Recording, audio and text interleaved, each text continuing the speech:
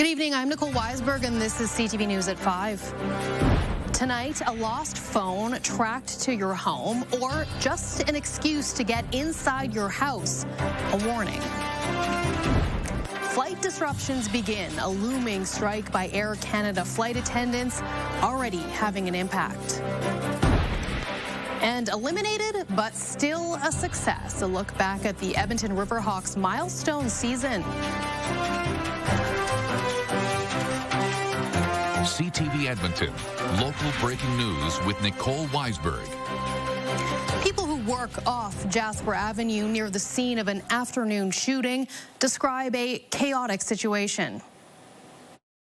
See the gun, hear the gunshot go off. I run downstairs, opening the door, yelling at her to get in, and our Amazon driver is delivering to us. He walks up to the door all at the same time.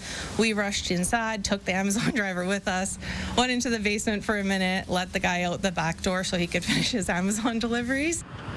Police recalled a report of a domestic disturbance near 102nd Avenue and 121st Street yesterday. Police were told a man was inside one of the apartment suites threatening others with a number of weapons. When officers arrived, they found a person matching the description and ended up shooting at him. He was taken to hospital with non-life-threatening injuries. No one else was hurt. Police watchdog ACERT is now looking into what happened. Well, travelers in our city and across the country face uncertainty as Air Canada begins winding down operations ahead of a looming flight attendant strike. We're going to Victoria. It's not going to be an easy money to dish out if we were to just sit there and wait for them to reoperate or reroute us. I'm a little nervous because I've planned this trip for a long time, so I'm not sure if things will go according to plan. And I don't know what their plans are or how they're going to compensate customers. Some people leaving Edmonton are rethinking their travel plans after hearing Air Canada and Air Canada Rouge are already canceling flights. The union, representing more than 10,000 flight attendants, gave 72-hour strike notice overnight. Air Canada issued a lockout notice in response. The two sides have been negotiating a new collective agreement since March. Negotiations reached an impasse yesterday after the employer said the union declined binding arbitration. An air passenger rights expert says travelers are entitled to compensation if flights are canceled and changed preemptively. These decisions are within the carrier's control, and as such, the passengers have to be compensated up to $1,000 for the delay cost per passenger. They have to be provided with meals and accommodation if needed, and most importantly, they have to be provided with alternate transportation.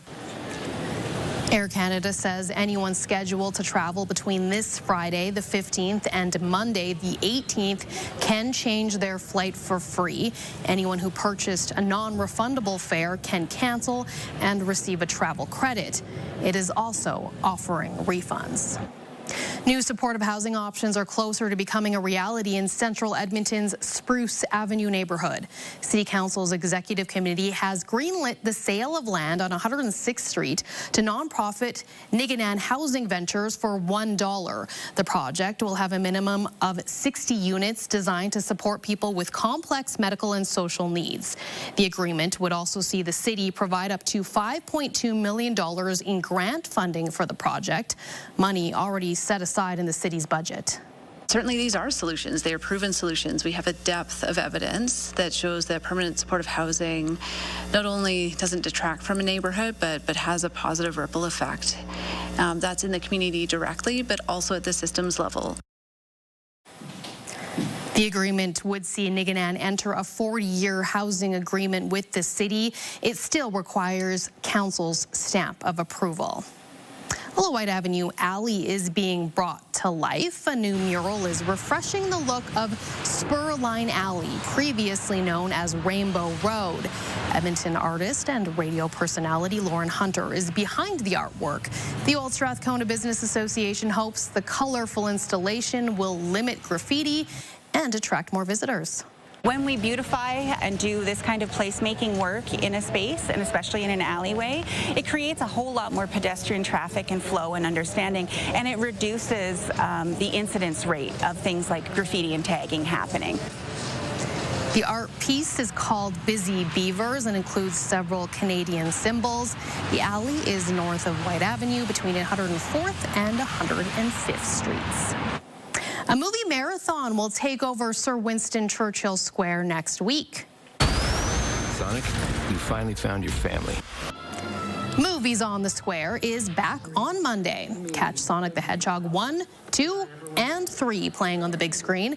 The outdoor movie day will also include activities in between movies and a variety of food trucks. Admission is free. The first movie starts at 1 p.m. And Josh is here with our first look at the forecast. I certainly hope it's less rainy on Monday for that. Actually Monday looks okay. Temperatures should start to be warming back up. We'll be back into the mid-20s, it looks like, by Sunday, Monday. Mid-teens today, though. 16, the warmest we've been this afternoon, although the daytime high from early this morning will go in as 17 degrees. We're at 15 downtown right now. And there's your wind, 20 gusting to 30 kilometers per hour out of the north. That's been the case for most of the day. A little stronger, gusts closer to 40 kilometers per hour north of the city. 23, the average daytime high. Yesterday, we got 4 degrees above that to 27. Today, 10 degrees cooler for the daytime high at just 17. And as we said, that was early this morning.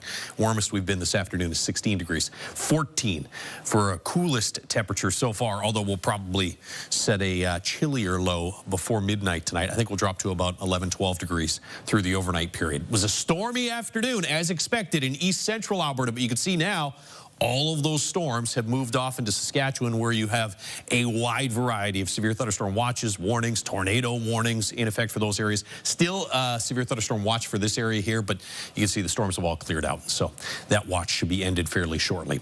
Rain steadiest across northeastern Alberta and north of the Edmonton area in the West Loch region. It's broken down a little bit around the Edmonton area, but there's still some pockets of rain off to the west and southwest that will go through before tonight is done. And so right through the remainder of this evening and into the overnight period, we'll see some occasional periods of rain.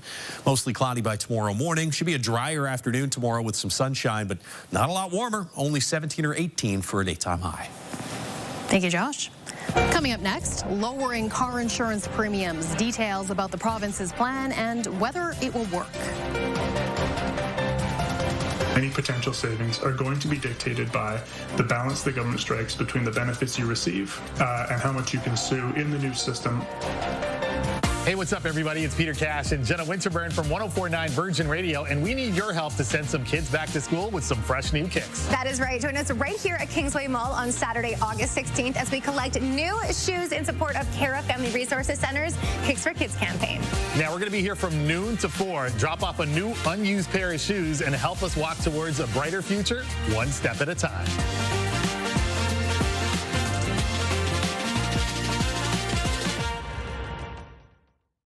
Programming brought to you by James H. Brown Injury Lawyers, the heavy hitters of injury law. You're watching CTV News at 5. The provincial government is developing new legislation it says will lower car insurance premiums across the province. The Insurance Bureau of Canada says it remains to be seen whether the new system will set Albertans up for success. CTV's Connor Hogg reports. It's a little high. It's probably a little bit too high, especially compared to like other provinces. The cost of car insurance is top of mind at the Collision Reporting Center on Edmonton's south side. Danny Reimer is here after being hit by another driver. He says his insurance bill doesn't reflect his driving record. My monthly insurance fees is pretty high for somebody who's been doing a good job of being safe on the roads, right? The Insurance Bureau of Canada says Albertans pay some of the highest auto insurance premiums in the country. Lowering those premiums is something the province is hoping to do with its new Care First insurance model. The province says this new model gives Albertans more money up front in the event of a crash to deal with vehicle, medical, and other costs, as opposed to funds being tied up in lawsuits. Pull out a lot of that litigation, pull out the conflict, and invest that into enhanced benefits so that consumers and those injured in collisions are able to recover much more quickly and much more fully. While the ICB's vice president says he welcomes the change, he says decreasing premiums will depend on the balance the province strikes between payouts and how much legal action is allowed. Hard to see savings at this point if we're going to have the most generous benefits as well as the greatest ability to sue of all care-based systems. But again, we're still a few months out from knowing exactly what that's going to look like. It could increase premiums by up to $136 annually, more than somewhere like Manitoba or British Columbia that doesn't include this right to sue. The Office of Treasury Board and Finance says the most significant insurance increases come from rising bodily injury claims, as well as catastrophic weather events, tariffs, and other inflationary pressures. Back at the Collision Center, Reimer says he's willing to give a new system a shot as long as it reflects his record. I think you should be rewarded a little bit for having a clear record, and I don't think we really are rewarded as much in the province of Alberta. Alberta plans to switch to the Care First model in January 2027. Connor Hogg, CTV News, Edmonton. A new blood clot removal procedure introduced earlier this year is now the standard at 3 Edmonton hospitals. It's faster and less invasive than other life-saving surgeries. As CTV's Marian Valdez-Colality reports, doctors and patients say it's become a game changer. This is the before and after of 58-year-old David Batke's lungs, thanks to a new minimally invasive blood clot removal procedure. You can see all those clots, all those areas that were previously full of something are now nice and clear. After Batke had difficulty breathing after back surgery, he was diagnosed with a pulmonary embolism. Doctors offered him 2 choices, open heart surgery or the new procedure. So when you look at the two, they're not even, it's a no-brainer. This is the one. By using a continuous X-ray, doctors are able to feed a catheter through a vein and eventually to the lung, where the clots are removed. Patients are kept under mild sedation. The surgery lasts about 1 to 2 hours. Now we're able to offer something so different that we've never been able to offer before.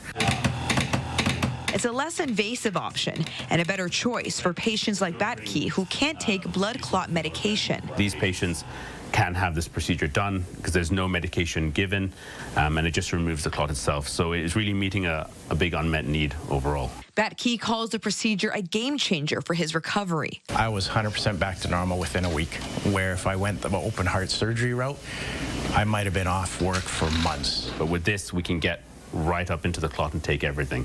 So our results are pretty much the same without all the risks of an open surgery. Something Alberta Health Services says can help reduce emergency wait times and increase access to other surgeries. These patients are getting better quickly. We're getting them out of hospital and back to their lives, and I think that's a huge advantage. The procedure is available at Royal Alexandra, University of Alberta, and the Edmonton Stollery Children's Hospital. Miriam Valdez-Carletti, CTV News, Edmonton. Still to come, more bear sightings prompts a widespread warning for Alberta hikers. They're all over the place. Black bears and grizzly bears. Programming brought to you by Basement Systems Edmonton. Contact us today for all things basement-y. Do you think people should go get blizzards and help support the Stollery tomorrow? Obvi. Obvi. Oh, that's... Does obvi mean yes? I'm old. I don't know that slang. Yeah. Josh was at the Stollery Children's Hospital today for Blizzards on the Beach. The event is a kickoff to tomorrow's DQ Miracle Treat Day in support of the Stollery Hospital Children's Foundation. And Josh, that was the first time I've ever said obvi. Obvi, I've never said obvi. You're an obs person. Obviously, I don't know. The kids were fantastic. Hey, weather will be a little more conducive to a blizzard tomorrow than it was today. Last year raised over $700,000 for the Stollery. So go buy a blizzard tomorrow at DQ. All the proceeds go back to the Stollery Children's Hospital. All right, take a look outside right now. That is a gloomy-looking Action Furnace River Valley Skycam. Action Furnace, fixed rider, it's free.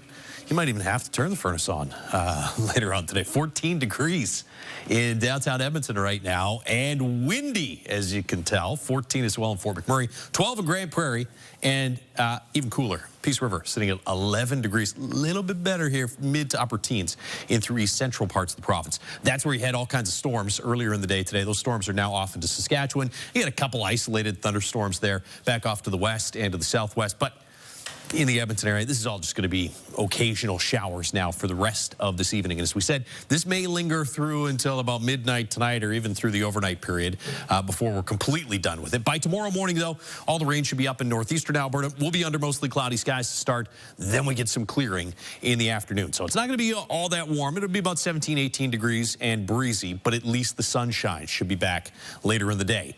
Sun goes away. Clouds return for Friday. And it looks like late morning or midday Friday, you might see some showers here in the Edmonton area. Otherwise, just mostly cloudy through the day. I think the best chance for some rain Friday comes Friday night. Maybe not until late Friday night, but through the evening and overnight period, another chance of some more rain. Temperatures overnight tonight and into tomorrow morning should be in the 9 to 11 degree range from central through eastern parts of the province. 5 to 7 for morning lows. It'll be chilly tomorrow morning across the northwest, but warmer there tomorrow afternoon than it will be in the northeast, where you still have those showers kicking around through the morning hours. Fort McMurray just 12, should get closer to 20 in Grand Prairie. 17s for Red Deer, Lloydminster, and we'll be in that 17, 18 degree range here in Edmonton as well. 11 degrees to start. Some more rain, as we said, overnight tonight, and then 17 or 18 with some clearing tomorrow afternoon. Looks like the strongest wind should be done by mid to late afternoon. Gusty, though, through the morning hours. The Stollery Children's Hospital Foundation's Mighty Millions Lottery VIP prize deadline is midnight Friday. You could win a brand new convertible BMW or take $100,000 cash, and you're helping to support the Stollery. So 2 ways to support the Stollery. Go get a Blizzard tomorrow at DQ or get your tickets at mightymillionslottery.com. 16, 17 degree range for highs Thursday, Friday. Breezy for both days. Gusts will be 30 to 40 kilometers per hour. Tomorrow you get some sunshine in the afternoon. We're back to clouds on Friday. That chance of showers midday and then again Friday night. Saturday night, you might actually see a few showers as well, but temperatures through the weekend do finally rebound. We're back to around average, low to mid-20s for Saturday, Sunday, and early next week. No real heat in the forecast, but at least back to around or just slightly above average early next week. Staying cool, though, for the next 2 days. Thank you, Josh. An increase in bear sightings has prompted Alberta Parks to issue a warning for all of Kananaskis Country and Bow Valley. They're all over the place. Black bears and grizzly bears. A team of experts has been deployed to teach people and tourists how to be safe. Parks officials say bears are easy to surprise when they are eating and reluctant to move away from the food. That means making noise, traveling in groups, carrying bear spray, and keeping your pets on a leash.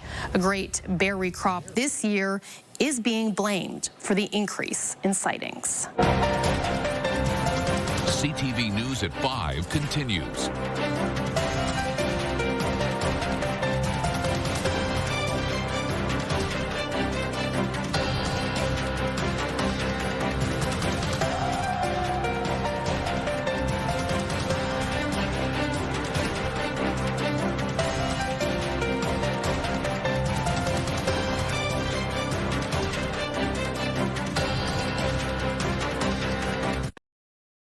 Programming brought to you by James H. Brown Injury Lawyers, the heavy hitters of injury law. Coming up on CTV News at 6, an Alberta mother is warning others about an online extremist network she says targeted her teenage daughter. Also, more details on what Air Canada travelers can expect in a flight attendant strike. And from the green to the screen, what one pro golfer says about his role in Happy Gilmore 2. Those stories and more on CTV News at 6 with Matt Woodman. Well, 2 St. Albert women are warning others about a potential scam they were targeted with over the weekend. It's known as the lost cell phone scam, where people claim their lost phone is inside of your house. CTV's Amanda Anderson explains. Feels violating. It's obviously quite traumatizing. I'm just really thankful, like seriously so thankful we weren't home. Saturday morning, Kendall Weir began getting notifications from her security camera about 3 women on her front lawn. They kind of go out of frame of the camera, assume they went to the door. They come back, go to their vehicle, come back, go back to the lawn. So immediately I got this like really overwhelming bad feeling. She says they claimed they lost their phone, tracked it to her house, and demanded to get inside. We don't have what you're looking for. Sorry. You have it, and I'm going to come in and get it. So then I just switched, and I said, you have 5 seconds to get off my property. I'm going to call 911. She said, go ahead, call them, and I'll come in and get my phone back. On Sunday afternoon, in another part of the city, 3 different people rang this doorbell with the same claim. So I'm wondering if you have my phone. CTV News is not identifying the woman for safety reasons. He looked a little bit shady, so I decided to get up and go into my front window and, check it out, see if I could see him again. And that's when I saw there were 2 other individuals at the bottom of my driveway, and the 3 of them were standing together. That's when she says the man approached her at the window, showing her a phone tracking image. And I don't know if it was, a live track or if it was like a screenshot. I don't know. He was kind of yelling at me through the window at this point. Worried, she first called her neighbors, then police. My initial thought was these people genuinely think I have their cell phone, and that made me a little bit nervous, just seeing the type of people they were. I didn't want them, to try and, forcibly try and take their phone back because I didn't have it. And both women would soon find out they may have been the target of a lost cell phone scam. RCMP say the scam can be a way to get inside, to case the place for a future crime, or to steal things while you're looking for the phone. Police say the scam has popped up in Eastern Canada and the U.S., but it's the first time it's been reported in St. Albert. They're sharing their experiences to warn others about the benefits of cameras and to be vigilant. Don't open the door thinking everybody's friendly and here to do something nice for you, because that's not what that was. Amanda Anderson, CTV News, St. Albert. Police say because no crimes were committed, no charges have been laid. Well, the Edmonton Riverhawks are out of the playoffs after a banner season. The game took a while to wrap up due to a rain and lightning delay. So we're obviously in a bit of a lightning delay here. The Hawks were eliminated last night after losing 5-2 to the Bellingham Bells at Remax Field. The series was only 1 game. Nearly 7,500 people were in the crowd. The team broke the WCL single-season record for crowds with around 132,000. They also made franchise history, reaching the semi-final round for the first time this season. Bellingham heads to Portland for the West Coast League final tonight at 6. Why the team may have lost, but they are still big winners with fans in our city. A canine casting call is underway in Calgary for the role of Toto in The Wizard of Oz. Alberta Theatre Projects is looking to cast 1 or 2 small dogs to share the spotlight with Dorothy and her friends. The gig comes with a contract, a paycheck, and plenty of stage time. The perfect Toto needs to be calm, follow commands, and stay happy in the arms of an actor.